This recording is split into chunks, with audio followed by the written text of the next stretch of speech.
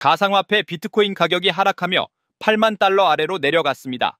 가상화폐 거래소 코인베이스에 따르면 오늘 오후 3시 기준 비트코인 가격은 24시간 전보다 7.14% 하락한 79,657달러를 기록했습니다. 비트코인이 8만 달러 밑으로 떨어진 것은 지난해 11월 이후 처음입니다. 현재 가격은 도널드 트럼프 미국 대통령 취임 하루 전인 지난달 20일 기록한 사상 최고치 10만 9,191달러보다 27% 급락한 수준입니다.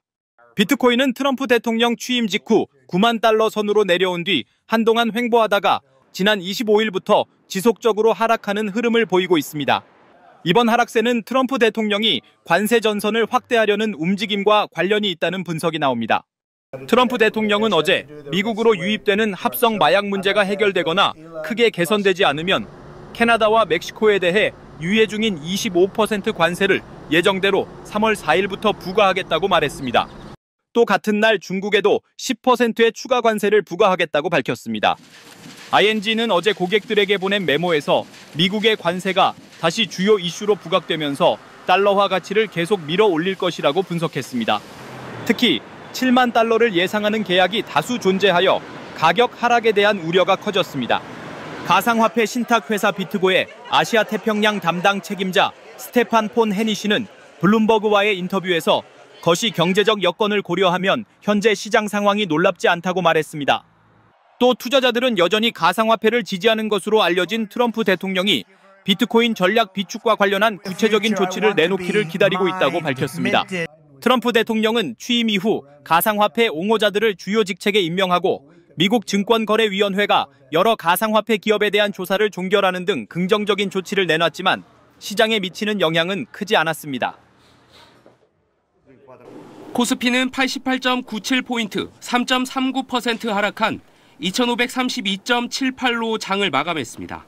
지난해 8월 블랙먼데이 이후 약 7개월 만에 최대 하락률입니다. 특히 외국인 투자자들은 유가 증권 시장에서만 1조 5천억 원 이상을 순매도했습니다. 지난 2022년 1월 27일 이후 3년 1개월여 만에 가장 많은 순매도 규모입니다. 일본 니케이, 홍콩 항생, 중국 상하이 종합지수 등 아시아 증시도 동반 급락했습니다. 최근 발표된 미국의 인플레이션과 소비 심리 지표가 악화된 상황에서 격화하는 관세 전쟁과 부정적인 엔비디아 실적 전망에 시장이 민감하게 반응했습니다.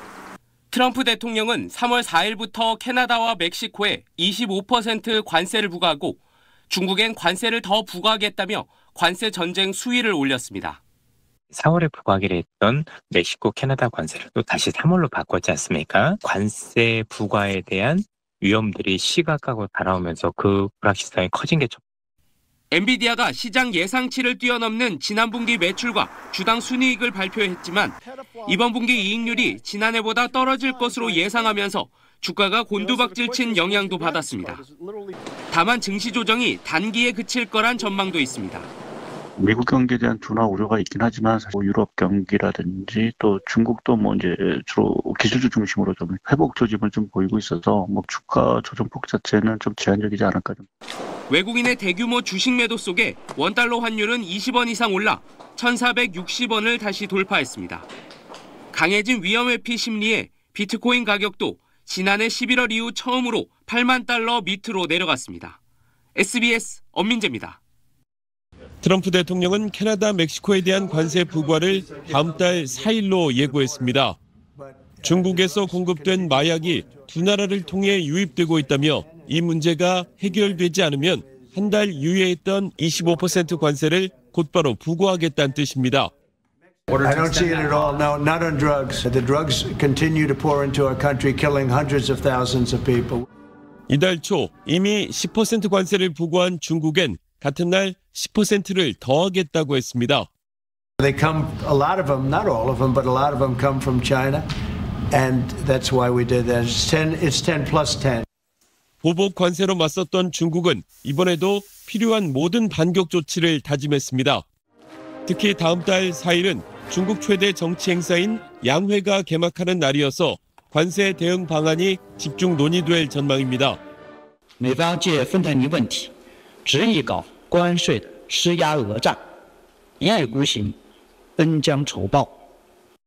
트럼프가 25% 관세를 조속히 부과하겠다고 한 유럽연합도 단호한 대응을 천명하는 등 전 세계 무역전쟁 긴장감이 고조되는 상황입니다.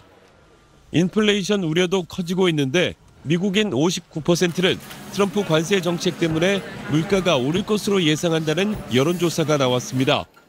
또 4월이라던 부과 시점을 갑자기 3월로 바꾸는 등 트럼프 대통령과 참모 발언이 오락가락하면서 혼선이 빚어지고 있습니다.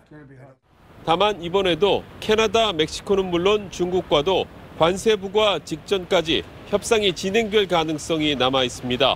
워싱턴에서 SBS 김용태입니다.